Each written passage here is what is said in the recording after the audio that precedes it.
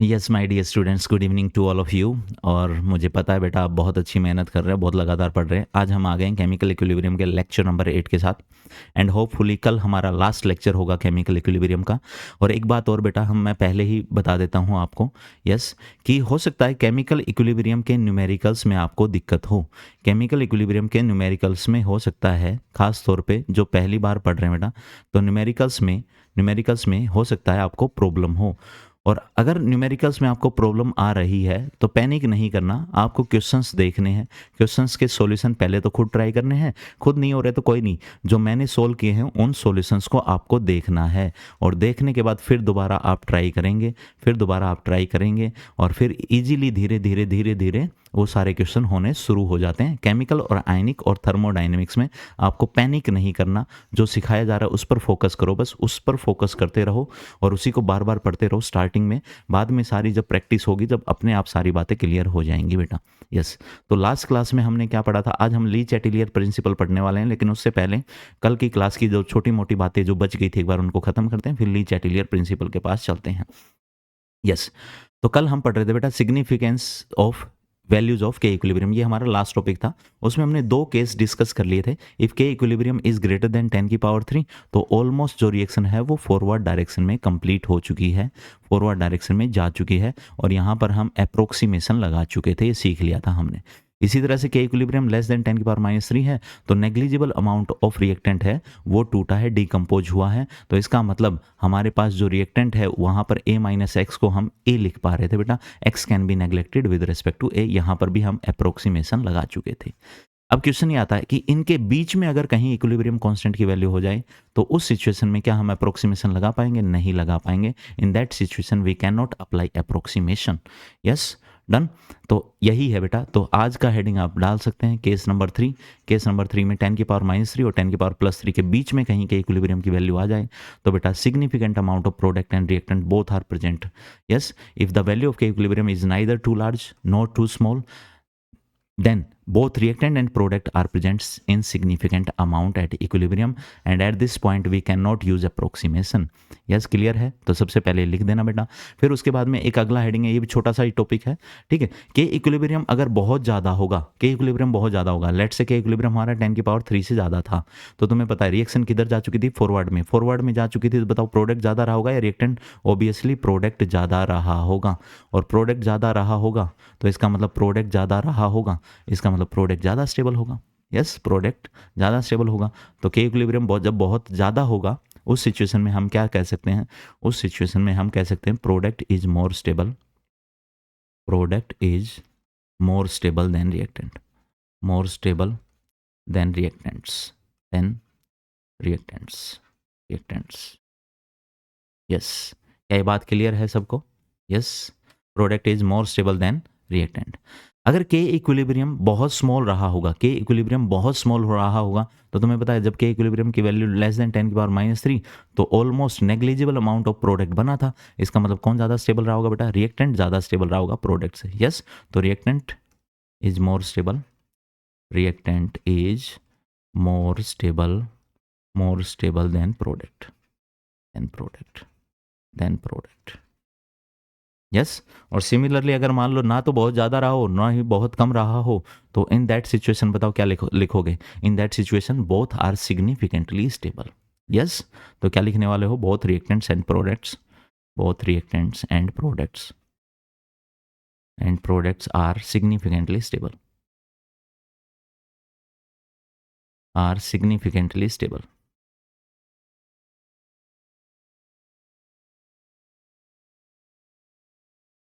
Yes, done. तो ये अपना टॉपिक हो गया बेटा। हम बिल्कुल इजीली प्रिडिक्ट कर पाएंगे कि कौन ज़्यादा स्टेबल है, रिएक्टेंट ज़्यादा स्टेबल है या प्रोडक्ट ज़्यादा स्टेबल है, या दोनों ही सिग्निफिकेंटली स्टेबल हैं। तो अगर के इक्विलिब्रियम की वैल्यू बहुत ज़्यादा हो जाए तो प्रोडक्ट ज़्यादा स्टेबल हो जाएगा, के इक्विलिब्रियम की वैल्यू बहुत कम हो जाए तो रिएक्टेंट ज़्यादा स्टेबल हो जाएगा, और ना ही बहुत ज़्यादा हो ना ही बहुत कम हो तो बेटा दोनों ही सिग्निफिकेंटली स्टेबल हैं। यस, अब क्वेश्चन करेंगे बेटा। पहला क्वेश्चन है आपके पास ये, क्वेश्चन नंबर 1। यस, कमेंट नीचे कमेंट में आंसर लिखेंगे। Yes, at constant temperature equilibrium constant Kp की वैल्यू दे दी इस रिएक्शन के लिए, ये वाली। Yes Kp is equal to 4x² P 1 minus x², where x is extent of decomposition, मतलब डिग्री ऑफ डिसोसिएशन की बात कर रहा वो। और उसके बाद में P का बोला बेटा उसने प्रेशर बोला है। Which of the following statement is true, ये 4 स्टेटमेंट हैं, इनमें से कौन सी स्टेटमेंट ट्रू है। यस आप वीडियो को रोको और पढ़ो और कॉपी में लिखो, लिखते लिखते मुझे कमेंट में बताओ क्या आंसर है। यस बेटा तुम्हें पता है के इक्विलिब्रियम। यस मैं सॉल्यूशन बता रहा हूँ अब। Yes I am writing solution over here. Yes तो मैं क्या कह रहा हूं, देखो तुम्हें पता है कि equilibrium for a given reaction सिर्फ और सिर्फ किस पर डिपेंड करता है, सिर्फ और सिर्फ टेम्परेचर पर डिपेंड करता है। क्या वो कॉन्सेंट्रेशन और प्रेशर पर डिपेंड करेगा? नहीं करेगा। यस तो मुझे बताओ क्या Kp इंक्रीज करेगा प्रेशर के इंक्रीज होने से? नहीं, वो कोई चेंज नहीं होगा प्रेशर के घटाने से या बढ़ाने से। x के घटाने या बढ़ाने से भी कोई फर्क नहीं होगा। यस कोई फर्क नहीं होगा। Yes Kp remains constant with change in P and x। Yes absolutely correct, क्योंकि for a given reaction Kp सिर्फ किस पर डिपेंड करेगा? इक्विलिब्रियम कांस्टेंट सिर्फ और सिर्फ टेम्परेचर पर डिपेंड करेगा। यस अगला क्वेश्चन करेंगे बेटा सब, नेक्स्ट क्वेश्चन करेंगे सब। यस ये क्वेश्चन तुम्हारे सामने है, एक बार पहले वीडियो को रोको, वीडियो को रोक के पॉज करके और आराम से इसको सोल्व करो। अच्छा क्वेश्चन है, अच्छा क्वेश्चन है। मैं थोड़ा सा इसको थोड़ा सा जूम कम कर लेता हूँ बेटा, ताकि पूरा क्वेश्चन एक साथ आ जाए। नहीं आ रहा, नहीं आ रहा। यस बेटा क्वेश्चन पढ़ते हैं। For the reaction A aqueous B aqueous plus 2 aqueous में चेंज हो रहा है। AC की वैल्यू उसने दे दी है 4 इंटू 10 की power -14। Concentration of B in the solution that had originally C and B इतना एंड इतना मोलर रेस्पेक्टिवली। Yes done. ठीक है तो सबसे पहले रिएक्शन देखो बेटा, रिएक्शन क्या दी है उसने? रिएक्शन उसने बोली है ए एक्वस है वो चेंज हो रहा है B aqueous plus C aqueous में, B aqueous plus C aqueous में। Yes B aqueous plus C aqueous में, B aqueous plus 2C aqueous में, 2C एक्वस में। डन। फिर उसने बोला है टाइम जीरो पर B की कॉन्सेंट्रेशन तो है 0.03, 0.03 B की कॉन्सेंट्रेशन है 0.03 एंड C की है 0.1, 0.1, 0.1। और ए की कॉन्सेंट्रेशन उसने नहीं दी तो तुम्हें कुछ मानना नहीं है, मतलब वो जीरो दे रखी है बेटा, उसने बोल ही नहीं रखा। उसने बोल रखा बी और सी है हमारे पास, तो इसका मतलब ए है ही नहीं बेटा, ए है ही नहीं। और ए नहीं है तो अब तुम्हें पता है इस रिएक्शन का के इक्विलिब्रियम उसने दिया है 10 की पावर माइनस 19 की रेंज में, -19 की रेंज में। इसका मतलब इस कंप्लीट रिएक्शन का के इक्विलिब्रियम 10 की पावर -3 से कम है, तो इसका मतलब रिएक्टेंट बहुत ज़्यादा रहा होगा, और प्रोडक्ट है वो बहुत बहुत बहुत कम रहा होगा, बहुत कम रहा होगा। यस तो अब हम अप्रोक्सीमेशन लगा सकते हैं। We can apply approximation by using this data. तो हम अप्रोक्सीमेशन लगाएंगे, मतलब प्रोडक्ट बहुत कम है तो प्रोडक्ट को हमें लगभग जीरो करना पड़ेगा, प्रोडक्ट को लगभग हमें क्या करना पड़ेगा? जीरो। तो अब रिएक्शन को ना, अब देखो अगर हमारे पास बी और सी है बेटा, बी और सी है तो इक्विलिब्रियम बनेगा वो किससे बनेगा? बैकवर्ड शिफ्ट से बनेगा, बैकवर्ड शिफ्ट से। तो अब मुझे बताओ कि बी में से कम होगा तो लेट से अब इनमें से लिमिटिंग रिएजेंट बताओ कौन होगा? ये मोल डिवाइड बाई स्टाइकोमेट्रिक कोफिशिएंट। तो 0.03 डिवाइड बाई 1 और 0.1 डिवाइड बाई 2, तो ये 0.03 है, 0.03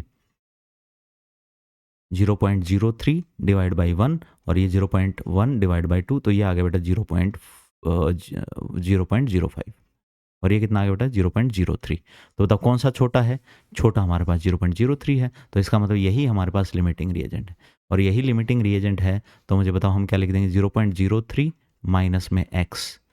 एक मोल से कितना मोल रिएक्ट करता है? एक मोल से 2 मोल रिएक्ट करते हैं, एक मोल से 2 मोल रिएक्ट करते हैं। तो x मोल से कितने करेंगे बेटा? 2x करेंगे। कितने करेंगे? 2x।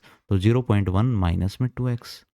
यस इसी तरह से एक मोल से कितना बनता है? 1 मोल बनता है, तो x से कितना बनेगा बेटा? x से x बन जाएगा। कितना बन जाएगा? x, तो x बन जाएगा। अब तुम्हें पता है क्योंकि प्रोडक्ट बहुत कम है तो अप्रोक्सीमेशन लगा देंगे और हमें लिमिटिंग रिएजेंट वाले को जीरो कर देंगे। लिमिटिंग रिएजेंट हमारे पास b है तो b वाले को क्या कर देंगे बेटा? ऑलमोस्ट जीरो कर देंगे, ऑलमोस्ट जीरो कर देंगे। और जैसे ही ऑलमोस्ट जीरो किया तो यहाँ से हमारे पास x की वैल्यू आ जाएगी। x की वैल्यू कितनी आ जाएगी? x की वैल्यू आ जाएगी 0.03 और x की वैल्यू जब हम यहाँ रखेंगे तो हमारे पास इक्विलिब्रियम पर a की कॉन्सेंट्रेशन आ चुकी 0.03। इसी तरह से x की वैल्यू यहाँ पर रखेंगे तो 0.1 माइनस में 2 इंटू 0.03, तो ये अपना बच जाएगा 0.04। तो इक्विलिब्रियम पर हमारे पास सी की कॉन्सेंट्रेशन भी आ चुकी है, इक्विलिब्रियम पर हमारे पास बी की, अब इसको जीरो थोड़े ना बोलेंगे, कुछ थोड़ा बहुत तो रहा ही होगा, और इसलिए हम इसको अब क्या बोलना शुरू कर देंगे बेटा, वाई बोलना शुरू कर देंगे। तो इक्विलिब्रियम पर हमारे पास यहाँ आ गई वाई कॉन्सेंट्रेशन, यहाँ 0.04 और ए की 0.03। यस, अब के इक्विलिब्रियम, अब हम फॉर्मूला लिख लेंगे, के इक्विलिब्रियम बताओ फॉर्मूला क्या बन जाएगा बेटा, के इक्विलिब्रियम इज इक्वल टू, के इक्विलिब्रियम इज इक्वल टू सी की कॉन्सेंट्रेशन का स्क्वायर, सी की कॉन्सेंट्रेशन का स्क्वायर, सी की कॉन्सेंट्रेशन का स्क्वायर इंटू बी की कॉन्सेंट्रेशन मतलब 0.04 का स्क्वायर, 0.04 का square into Y divide by 0.03। और के इक्विलिब्रियम की वैल्यू कितनी दी है बेटा उसने, के इक्विलिब्रियम की उसने वैल्यू दी है 4 इंटू 10 की पावर -19। तो इस के इक्विलिब्रियम की जगह हम क्या रख देंगे, इसके इक्विलिब्रियम की जगह रख देंगे 4 इंटू 10 की power -19 is equal to 0.04 into 0.04 दो बार लिख लेता हूँ मैं, डिवाइड बाई 0.03 इंटू वाई। दो डेसिमल से दो डेसिमल कैंसिल बेटा, 4 से 4 कैंसिल, तो ये हमारा आ जाएगा 3/0.04 इंटू 10 की power -19 is equal to Y. Done. तो ये हो जाएगा बेटा 3/4 इंटू 10 की पावर 2 ऊपर जाएगा, तो ये हो जाएगा -17। यस, तो इसको जब अगर हम कैंसिल कर दें तो 7.5 इंटू 10 की power -18 molar is equal to Y है, इज इक्वल टू वाई है। तो इतना मोलर हमारा आंसर आ गया, इतना मोलर हमारा आंसर आ चुका है। यस, तो आवर करेक्ट आंसर इज बताओ क्या आ जाएगा, करेक्ट आंसर बताओ क्या आ जाएगा बेटा, 7.5 इंटू 10 की पावर -18, 7.5 इंटू 10 की power -18। Yes, D option correct हो जाएगा बेटा, डी ऑप्शन करेक्ट हो जाएगा, डी ऑप्शन करेक्ट हो जाएगा। यस, नेक्स्ट क्वेश्चन करेंगे, बहुत इंपॉर्टेंट है, वेरी इंपॉर्टेंट।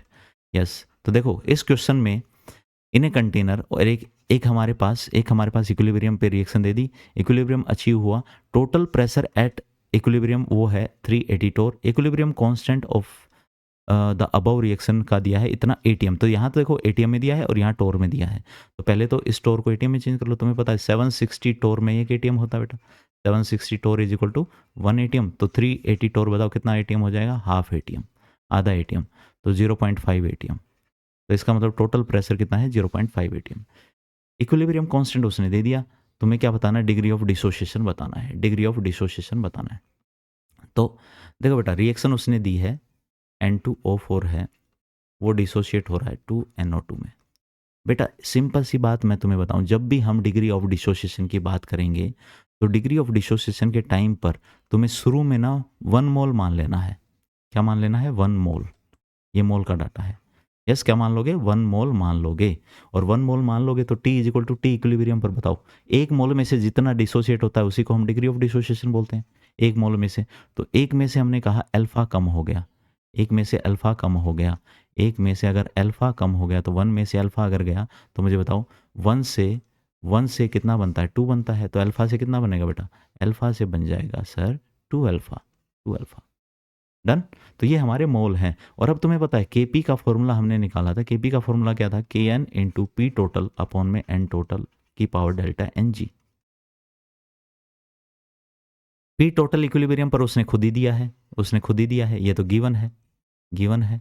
डेल्टा एन जी तुम निकाल लोगे, बताओ डेल्टा एन जी कितना आ जाएगा बेटा, डेल्टा एन जी आ जाएगा 2 - 1, 2 - 1, 2 - 1, बताओ कितना आ गया 1। तो इसका मतलब जो केपी की वैल्यू है वो हमारी आ चुकी है, Kp is equal to K N into P total. P total कितना बोला उसने बेटा, हमने अभी अभी चेंज किया 380 टोर को 0.5 एटीएम, तो 0.5 दे दिया अपॉन में N total. N total equilibrium पर टोटल मोल बताओ, इक्विलिब्रियम पर टोटल मोल इन दोनों को ऐड कर देंगे, इक्विलिब्रियम पर हमारे पास ये रहे मोल, इनको ऐड कर दो, 1 माइनस अल्फा प्लस 2 अल्फा मतलब 1 प्लस अल्फा बच जाएगा बेटा, कितना बच जाएगा, 1 प्लस अल्फा बच जाएगा और की पावर 1।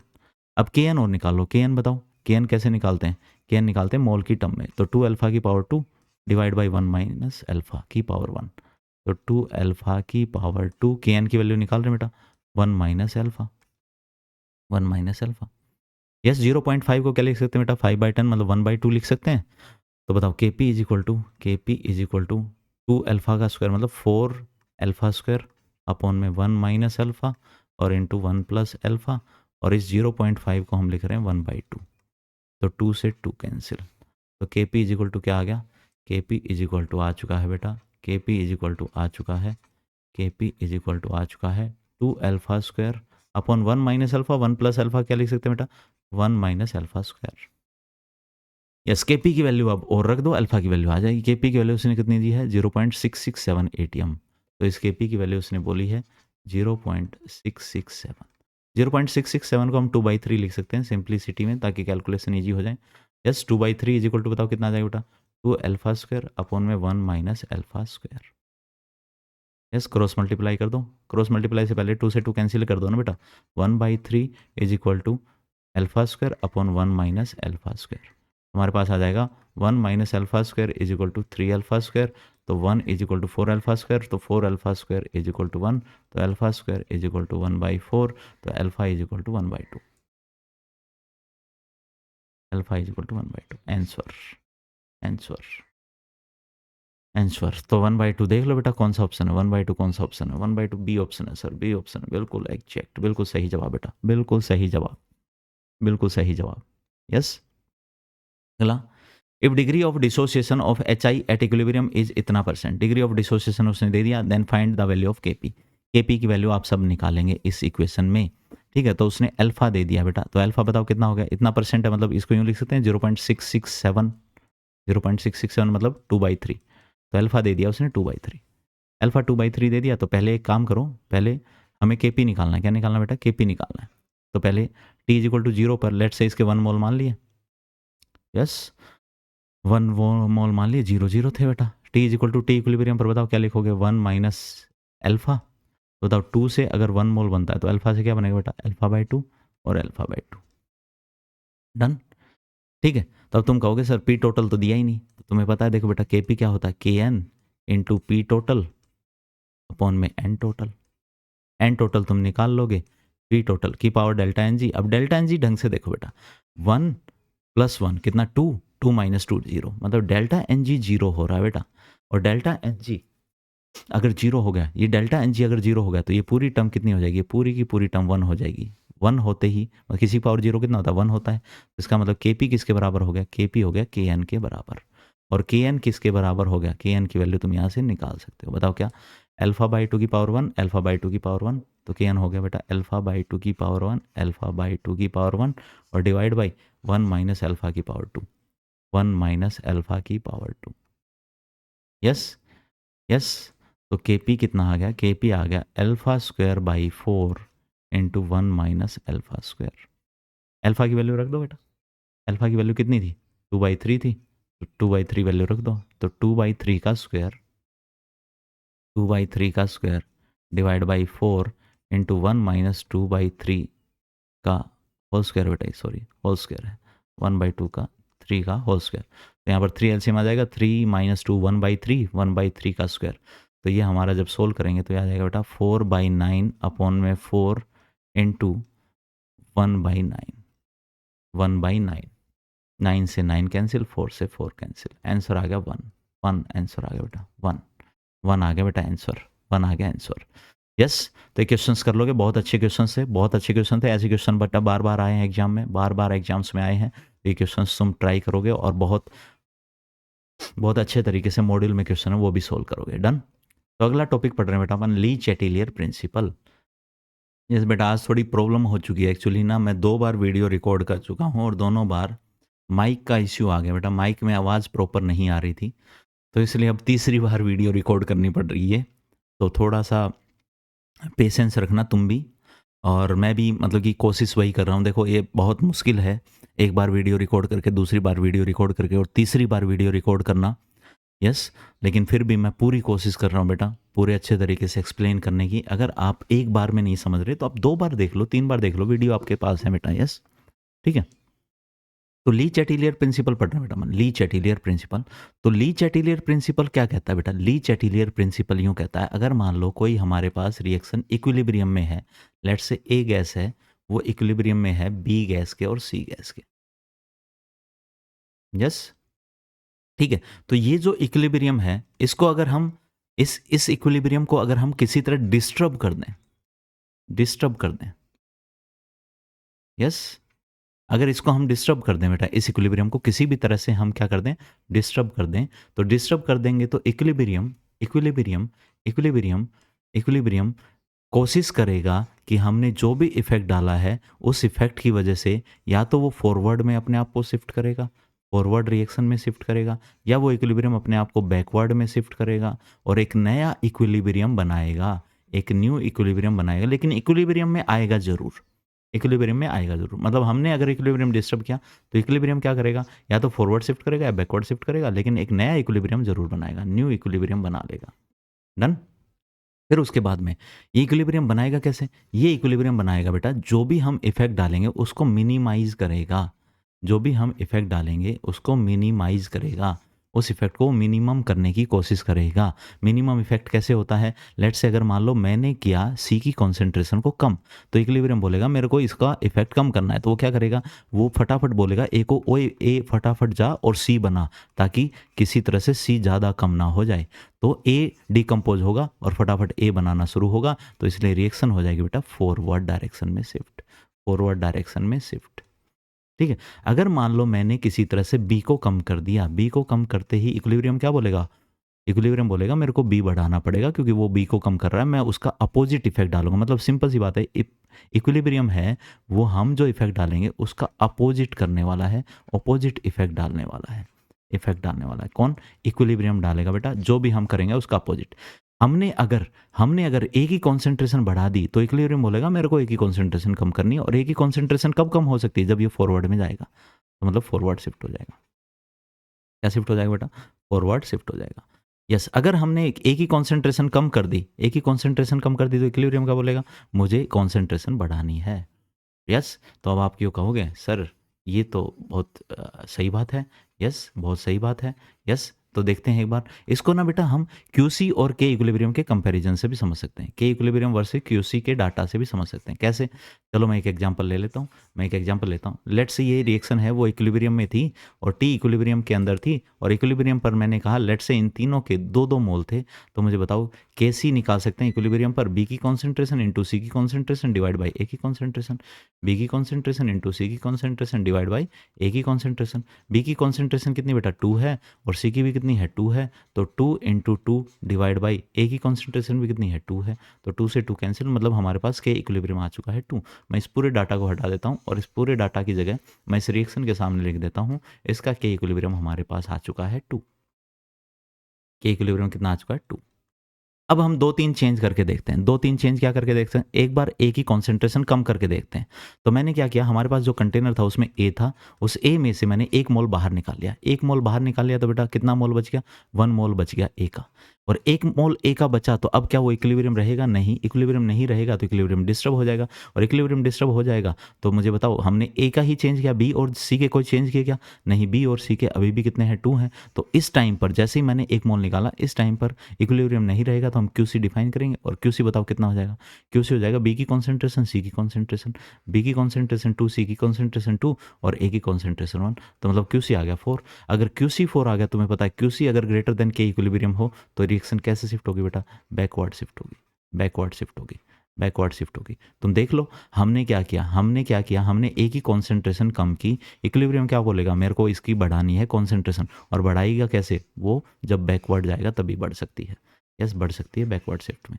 यस, तो हम QC और KC से भी कंपेयर कर सकते हैं। अब एक नई कंडीशन और ले लेते हैं बेटा, एक नई कंडीशन और ले लेते हैं। अभी हमने ए को कम किया है, अब हम एक काम करते हैं, हम बी को कम कर देते हैं। किसको कम कर देते हैं, बी को कम कर देते हैं, और लेट से हमने बी को बोल दिया कि बी में से 1 मोल कम कर दिया, सी एज इट इज है और ए भी एज इट इज है। डन, तो QC निकालो बेटा, कितना आ जाएगा 1 इंटू 2 डिवाइड बाई 2, तो ये आ गया बेटा 1। तो QC आ गया के इक्विलिब्रियम से कम, के इक्विलिब्रियम आ गया बड़ा, और के इक्विलिब्रियम जब बड़ा होता है QC से, तो सबको पता है रिएक्शन किस डायरेक्शन में जाएगी, फॉरवर्ड डायरेक्शन में जाएगी, फॉरवर्ड डायरेक्शन में जाएगी। यस, तो अब देख लो बेटा, तुम इक्विलिब्रियम देखो, हमने क्या किया, बी की कॉन्सेंट्रेशन कम की है, तो इक्विलिब्रियम आएगा और बोलेगा मेरे को इसकी कॉन्सेंट्रेशन बढ़ानी है, क्योंकि अपोजिट इफेक्ट डालेगा, और बढ़ाने के लिए बताओ वो कैसा शिफ्ट करेगा, फॉरवर्ड शिफ्ट कर देगा, फॉरवर्ड शिफ्ट वही आया देखो। यस, एक लास्ट केस और देख लो बेटा, अगर हम बी की कॉन्सेंट्रेशन बढ़ा दें तो, बी की कॉन्सेंट्रेशन बढ़ा दें तो क्या होगा, अगर हमने बी की कॉन्सेंट्रेशन बढ़ा दी तो हमने ए की कॉन्सेंट्रेशन एज इट इज रखी, सी की कॉन्सेंट्रेशन एज इट इज रखी, और बी की कॉन्सेंट्रेशन लेट से हमने 3 कर दी, तो बताओ इक्विलिब्रियम कांस्टेंट कितना आ जाएगा, 3 × 2 डिवाइड बाई 2, तो हमारा सॉरी QC, इक्विलिब्रियम कांस्टेंट नहीं क्योंकि इक्विलिब्रियम तो डिस्टर्ब हो चुका ना, तो QC आएगा। तो QC कितना आ चुका बेटा, QC आ गया 3।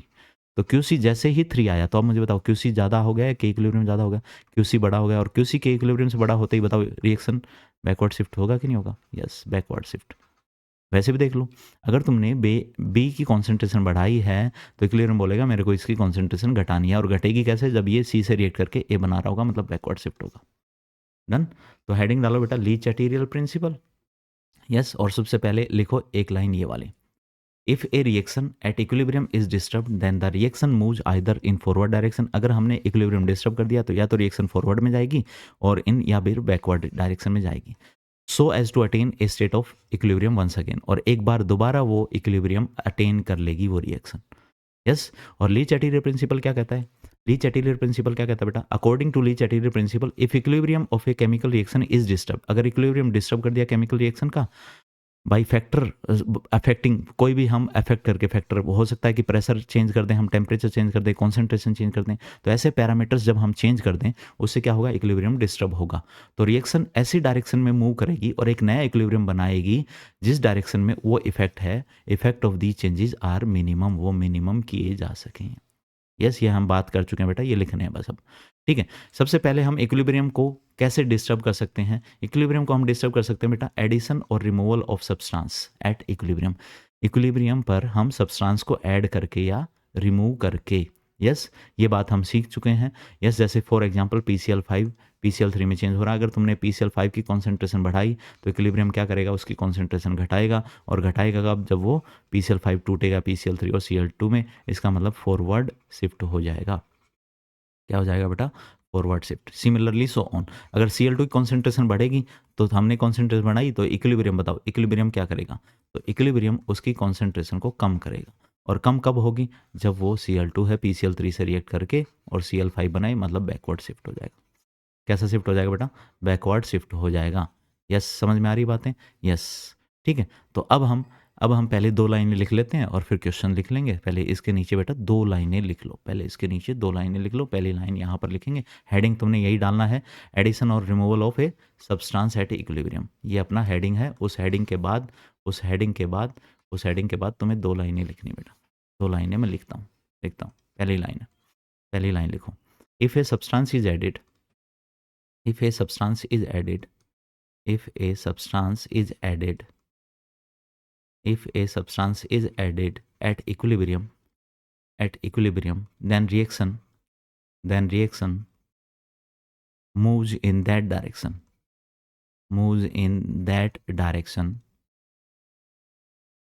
which देखो बेटा हमने ऐड किया है तो इक्विलिब्रियम बताओ क्या करेगा, उसको कंज्यूम कराएगा, which consumes that substance, हमने अगर कोई सब्सटेंस ऐड किया है तो इक्विलिब्रियम उसको कंज्यूम कराएगा, अपोजिट इफेक्ट डालेगा, इक्विलिब्रियम अपोजिट डालेगा इफेक्ट। हम इसको कॉपी कर लेते हैं बेटा, कॉपी कर लेते हैं। और देखो हमें क्या करना है, जब हमने सब्सटेंस ऐड किया तो इक्विलिब्रियम ने उसको कंज्यूम करा दिया। अब हम क्या करेंगे, सब्सटेंस को रिमूव करेंगे तो इक्विलिब्रियम उसको प्रोड्यूस कर देगा। यस, तो ये देखो पेस्ट कर दिया, और अब हम सिर्फ एक छोटा सा चेंज करेंगे बेटा। क्या चेंज करेंगे, हम चेंज करने वाले हैं, एडिड की जगह रिमूव कर देंगे। If a substance is removed, अगर एक सब्सटेंस है वो रिमूव कर दिया गया है, रिमूव्ड, तो बताओ इक्विलिब्रियम उस डायरेक्शन में शिफ्ट होगा जो इस सब्सटेंस को ज़्यादा बनाएगा या कम बनाएगा, ज़्यादा बनाएगा, in that direction which produces more of that substance,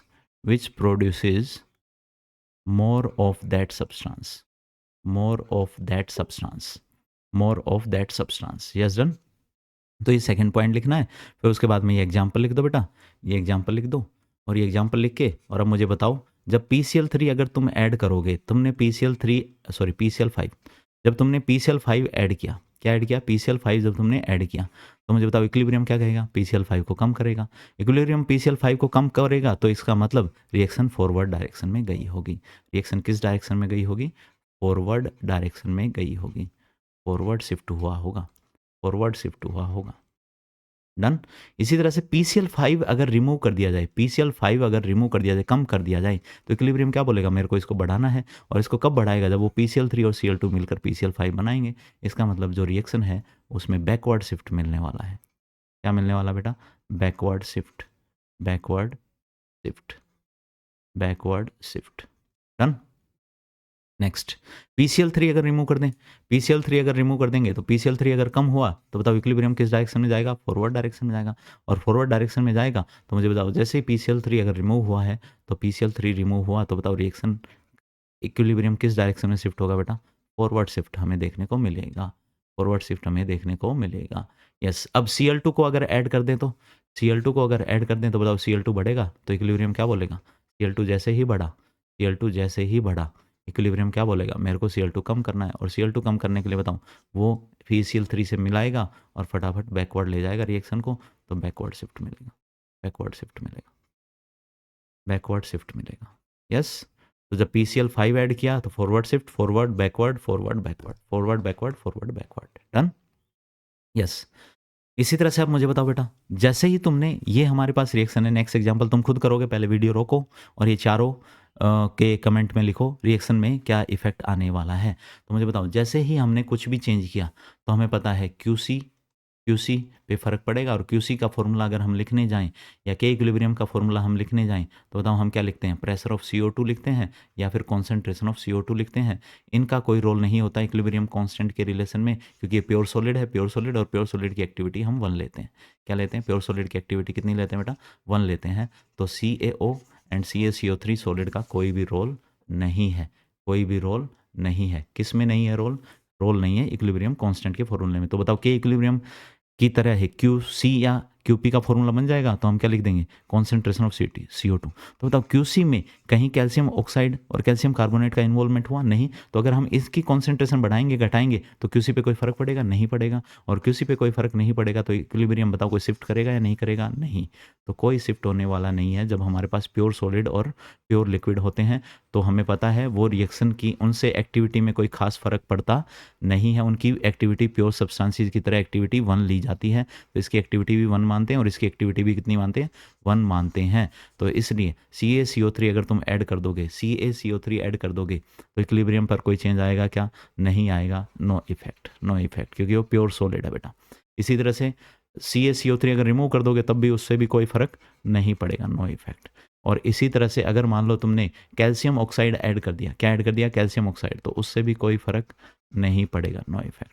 लेकिन तुम्हें पता है CO2 को अगर तुम ऐड कर दोगे, CO2 को अगर तुम ऐड कर दोगे तो बताओ CO2 की कॉन्सेंट्रेशन बढ़ेगी। तो हमें पता है इक्विलिब्रियम कांस्टेंट के फॉर्मूले में और QC के फॉर्मूले में कॉन्सेंट्रेशन ऑफ CO2 आई हुई है। तो अगर CO2 की कॉन्सेंट्रेशन बढ़ेगी तो इक्विलिब्रियम क्या बोलेगा, उसकी कॉन्सेंट्रेशन कम करेगा। और उसकी कॉन्सेंट्रेशन कम करेगा तो कैसा शिफ्ट मिलेगा बेटा, बैकवर्ड शिफ्ट हमें देखने को मिलेगा। कैसा शिफ्ट देखने को मिलेगा, बैकवर्ड शिफ्ट हमें देखने को मिलेगा, backward shift, backward shift. Done, done. Yes. Next, for the following reaction at equilibrium in closed container. इस रिएक्शन के लिए इक्विलिब्रियम पर predict the direction of the following reaction. If NH3 add कर दें, N2 ऐड कर दें और H2 remove कर दें। तुम्हें पता बेटा NH3 अगर ऐड कर देंगे तो इक्विलिब्रियम क्या बोलेगा, उसको घटाना है। और घटेगा कैसे, जब NH3 इस तरफ जाएगा। मतलब इसका मतलब हमारे पास यहाँ पर फॉरवर्ड शिफ्ट देखने को मिलेगा। क्या मिलेगा, फॉरवर्ड शिफ्ट देखने को मिलेगा। यस। इसी तरह से अगर N2 ऐड कर देंगे तो बताओ, जैसे ही हमने N2 ऐड किया तो N2 की कॉन्सेंट्रेशन बढ़ाई तो इक्विलिब्रियम क्या बोलेगा, इसकी कॉन्सेंट्रेशन घटाएंगे और घटेगा किस डायरेक्शन में, जब N2 H2 से कंबाइन करके NH3 बनाएगा। इसका मतलब बैकवर्ड शिफ्ट मिलेगा, बैकवर्ड शिफ्ट मिलेगा, बैकवर्ड शिफ्ट मिलेगा। डन। और अगर H2 रिमूव कर दी जाए, H2 रिमूव कर दी जाए तो H2 की कॉन्सेंट्रेशन कम हुई तो मुझे बताओ इक्विलिब्रियम क्या कहेगा, इक्विलिब्रियम बोलेगा कि H2 की कॉन्सेंट्रेशन बढ़ानी है और बढ़ानी है तो अमोनिया को बोलेगा अमोनिया फटाफट टूट जा N2 और H2 में। तो इसका मतलब फॉरवर्ड शिफ्ट मिल जाएगा बेटा, फॉरवर्ड शिफ्ट मिल जाएगा। क्या मिल जाएगा, फॉरवर्ड शिफ्ट मिल जाएगा, फॉरवर्ड शिफ्ट मिल जाएगा। डन। ठीक है। फिर उसके बाद में अगर हम बात करें also represent the change on concentration versus time graph. Concentration और टाइम का अगर ग्राफ बनाया जाए इस रिएक्शन के लिए तो हम अगर इस तरफ मैं कॉन्सेंट्रेशन लिखूं बेटा, इस तरफ मैं कॉन्सेंट्रेशन लिखूं और इस तरफ मैं टाइम लिखूं, तो बताओ ग्राफ कैसे बनाया जा सकता है। तो हमें पता है अमोनिया है वो कंज्यूम हो रही है, अमोनिया कंज्यूम हो रही है, तो मतलब शुरू में अमोनिया हमारे पास ज़्यादा रही होगी और धीरे धीरे अमोनिया कंज्यूम हुई होगी। तो अमोनिया, ये हमने जो कर्व बनाई है वो अमोनिया के लिए बनाई है बेटा, किसके लिए बनाई है, NH3 के लिए बनाई है। यस, और एक टाइम के बाद कॉन्सेंट्रेशन कांस्टेंट हो चुकी होगी। डन। अब N2 बन रहा है टाइम के साथ और H2 भी बन रहा है। शुरू में N2 और H2 दोनों ही जीरो थे, लेकिन तुम्हें पता है जब N2 का 1 मोल बनेगा तो H2 के 3 मोल बनेंगे। तो अगर N2 की कॉन्सेंट्रेशन का ग्राफ हम अगर ऐसे बनाएंगे तो बताओ बेटा H2 का उससे ज़्यादा ही बनेगा, क्योंकि H2 के नंबर ऑफ मोल्स क्या है, ज़्यादा है। तो ऊपर वाला H2 की कॉन्सेंट्रेशन का ग्राफ है, क्योंकि H2 के ज़्यादा मोल बन रहे हैं और N2 के कम बन रहे हैं, तो N2 वाला नीचे है। तो ये N2 का ग्राफ है और ऊपर वाला H2 का ग्राफ है। और एक टाइम ऐसा आया होगा, उस टाइम के बाद इनकी कॉन्सेंट्रेशन कांस्टेंट हो चुकी है, तो उस टाइम को हमने बोला है टी इक्विलिब्रियम। क्या बोला बेटा, टी इक्विलिब्रियम। यस, क्या बोल दिया बेटा, टी इक्विलिब्रियम, इक्विलिब्रियम टाइम बोल दिया है। यस, ये हमारा ग्राफ है। तो सबसे पहले देखो आप क्या लिखोगे सॉल्यूशन में यही लिखोगे जो हमने बात की है, पहले फॉरवर्ड शिफ्ट है, फिर बैकवर्ड और फिर फॉरवर्ड। यस, फिर उसके बाद में ये ग्राफ बना लो बेटा। तुम्हें पता है कॉन्सेंट्रेशन और टाइम का जब हम ग्राफ बनाएंगे तो हमारे अमोनिया की कॉन्सेंट्रेशन तो घट रही है, ये अमोनिया वाली लाइन है, ये N2 की लाइन है, कर्व है, और ये H2 की। H2 वाला ऊपर आया क्यों कर्व, H2 वाला कर्व इसलिए ऊपर आया क्योंकि H2 के ज़्यादा मोल बन रहे हैं as compare to N2। Yes, और इसके बाद में कॉन्सेंट्रेशन हो चुकी कांस्टेंट। लेकिन उसने ग्राफ तो इसका पूछा बेटा, केस नंबर 1 का, केस नंबर 2 का, केस नंबर 3 का। तो बताओ तुम मुझे, अगर इक्विलिब्रियम आया है और हमने N2 ऐड कर दी, इक्विलिब्रियम अगर आया है और हमने N2 ऐड कर दी, यहाँ इक्विलिब्रियम आया है, ये इक्विलिब्रियम है बेटा, ये इक्विलिब्रियम है, ये इक्विलिब्रियम आया और हमने N2 ऐड कर दी। तो बताओ N2 तो यहाँ पर है, और अगर N2 हमने ऐड कर दी, पहला केस अमोनिया ऐड किया बेटा, पहले केस में अमोनिया ऐड किया है। यस, तो पहले केस में हम अमोनिया ऐड कर लेते हैं, एक बार अमोनिया ऐड कर लेते हैं। तो अमोनिया हमने ऐड कर दी, तो बताओ अमोनिया कॉन्सेंट्रेशन जैसे इक्विलिब्रियम आया और इक्विलिब्रियम आ चुका, इस टाइम टी इक्विलिब्रियम पर इक्विलिब्रियम आ चुका, हमने क्या किया, अमोनिया कॉन्सेंट्रेशन एकदम बढ़ा दी। तो बताओ अमोनिया कॉन्सेंट्रेशन एकदम बढ़ा दी तो कर्व कुछ ऐसी बन जाएगी कि नहीं बन जाएगी। यस, और जैसे ही अमोनिया की कॉन्सेंट्रेशन बढ़ाई, तो मुझे बताओ अमोनिया की कॉन्सेंट्रेशन बढ़ाने से इक्विलिब्रियम किस डायरेक्शन में जा रहा था, फॉरवर्ड डायरेक्शन में, और फॉरवर्ड डायरेक्शन में जाएगा तो अमोनिया की कॉन्सेंट्रेशन तो होगी कम, और N2 की और H2 की कॉन्सेंट्रेशन बढ़ेगी, N2 की और H2 की कॉन्सेंट्रेशन बढ़ेगी। यस, तो अमोनिया की कॉन्सेंट्रेशन तो होगी कम और H2 और N2 की कॉन्सेंट्रेशन बढ़ेगी, तो यहाँ पर अमोनिया की कॉन्सेंट्रेशन तो होनी शुरू हो जाएगी बेटा कम, और एक टाइम के बाद फिर से कांस्टेंट हो जाएगी, एक टाइम के बाद फिर से क्या हो जाएगी, कांस्टेंट। डन। तो अमोनिया की कॉन्सेंट्रेशन होनी शुरू हुई कम और एक टाइम के बाद कॉन्सेंट्रेशन हो गई कांस्टेंट। यस, यस, ये ग्राफ अच्छा बन नहीं रहा बेटा, एक मिनट। यस, ऐसे अमोनिया की कॉन्सेंट्रेशन होनी शुरू हो गई कम, और अब इस टाइम के बाद क्या हो चुकी है, कांस्टेंट हो चुकी है। N2 की कॉन्सेंट्रेशन बढ़ेगी और एक टाइम के बाद इसकी कॉन्सेंट्रेशन भी क्या हो जाएगी बेटा, कांस्टेंट हो जाएगी। और इसी तरह H2 की कॉन्सेंट्रेशन बढ़ेगी, H2 की थोड़ी ज़्यादा बढ़ेगी as compare to N2। Yes, H2 की थोड़ी ज़्यादा बढ़ेगी और एक टाइम के बाद क्या हो जाएगी, वो भी कांस्टेंट हो जाएगी। और ये जहाँ पर भी कॉन्सेंट्रेशन कांस्टेंट हुई है वहाँ पर एक नया इक्विलिब्रियम आ जाएगा, टी इक्विलिब्रियम डैश बन जाएगा। यस, तो क्वेश्चन ना वो ग्राफ दे देता है, क्वेश्चन आए बेटा ऐसे, उसने ग्राफ दे दिया है और ग्राफ देख के पूछ रहा है कि फॉरवर्ड शिफ्ट होगा, बैकवर्ड शिफ्ट होगा, किसकी कॉन्सेंट्रेशन बढ़ाई, किसकी घटाई, इस टाइप के वो कमेंट करके और फिर पूछ लेता है कौन सी स्टेटमेंट करेक्ट है। Yes, case number 1, if ammonia add किया, तो अमोनिया ऐड किया तो देखो हमें पता है फॉरवर्ड शिफ्ट मिलेगा, तो अमोनिया फिर कंज्यूम होना शुरू हो जाएगा, N2 बनना शुरू हो जाएगा और H2 और भी बनना शुरू हो जाएगा, तो एक नया इक्विलिब्रियम आ जाएगा। डन। इसी तरह से अगर N2 ऐड कर देंगे तो बैकवर्ड शिफ्ट होगा, हम पहले ही देख चुके हैं, जैसे N2 ऐड किया बैकवर्ड शिफ्ट होगा, और बैकवर्ड शिफ्ट होगा तो बेटा N2 और H2 तो होंगे कंज्यूम और NH3 बनना शुरू होगा, तो NH3 बनना शुरू हुआ, N2 और H2 कंज्यूम होने शुरू हुए, एक नया इक्विलिब्रियम आ जाएगा। यस, और सेम इसी तरह थर्ड का भी बना लोगे, अगर H2 रिमूव कर दिया जाए तो फॉरवर्ड शिफ्ट होगा, तो H2 की कॉन्सेंट्रेशन कम कर दी, रिमूव कर दिया फॉरवर्ड शिफ्ट हुआ, एक टाइम के बाद कॉन्सेंट्रेशन कांस्टेंट हो गई। इसी तरह से N2 की कॉन्सेंट्रेशन बढ़ेगी क्योंकि फॉरवर्ड शिफ्ट है। यस, और अमोनिया की कॉन्सेंट्रेशन कम होगी क्योंकि फॉरवर्ड शिफ्ट है। तो बताओ यहाँ पर नया इक्विलिब्रियम आ जाएगा कि नहीं आ जाएगा। यस, डन, इजी था। Yes, last question of the day, आज का लास्ट क्वेश्चन है।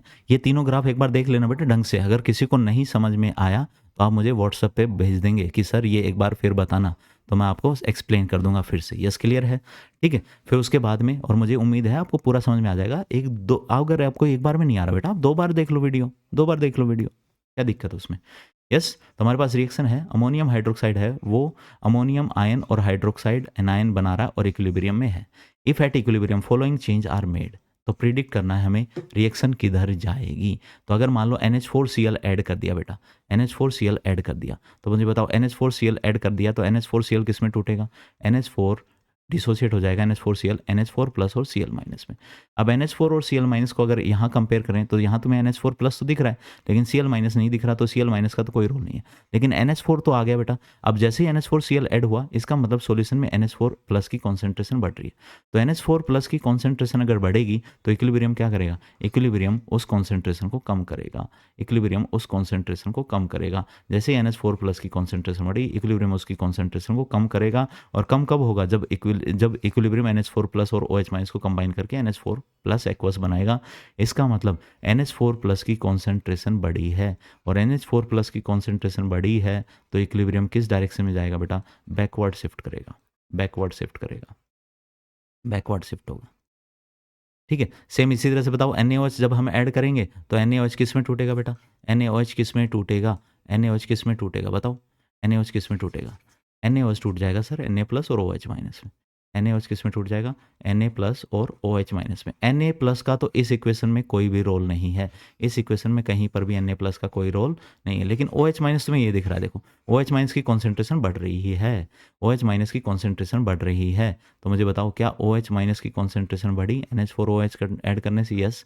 और OH माइनस कॉन्सेंट्रेशन बढ़ी तो इक्विलिब्रियम बताओ क्या करेगा, इक्विलिब्रियम बोलेगा इसकी कॉन्सेंट्रेशन कम करो, और कम करने के लिए वो कंबाइन कर देगा, और कंबाइन कर देगा तो बेटा कैसा शिफ्ट मिलेगा, बैकवर्ड शिफ्ट मिलेगा,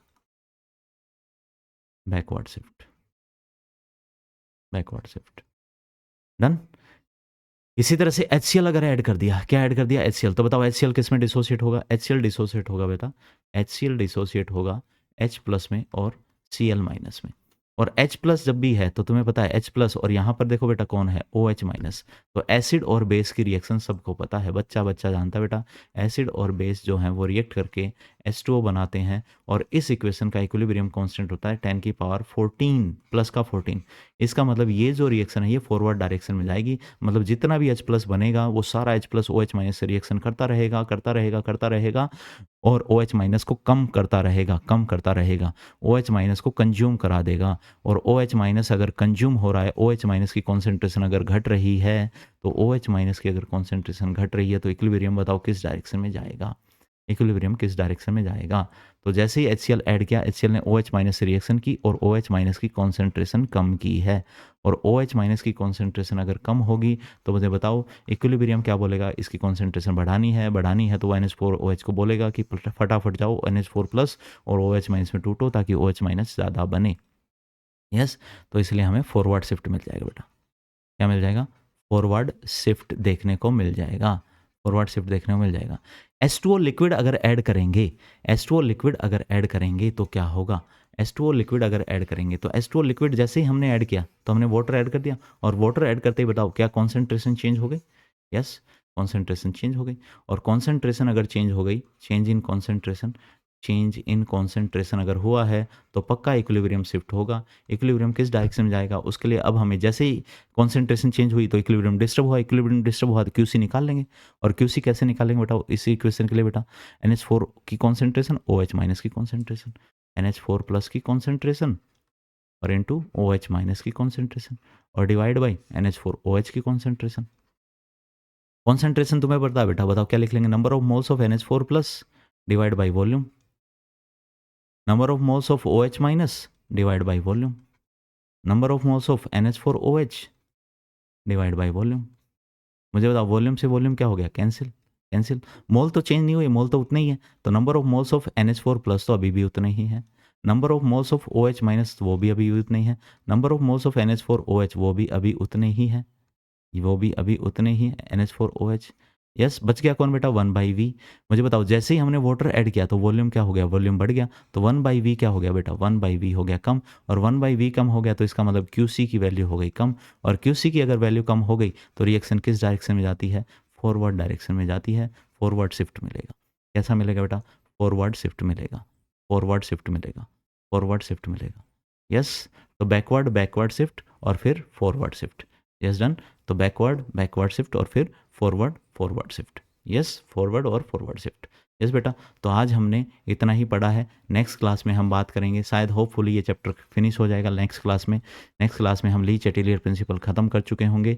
यस, और फिर एक साइमल्टेनियस इक्विलिब्रियम, एक टॉपिक छोटा सा और है, फिर वहाँ पर अपना केमिकल इक्विलिब्रियम फिनिश हो जाएगा और फिर हम बात करेंगे आयोनिक इक्विलिब्रियम की, आयोनिक इक्विलिब्रियम की। यस बेटा, thank you for your cooperation, thank you very much.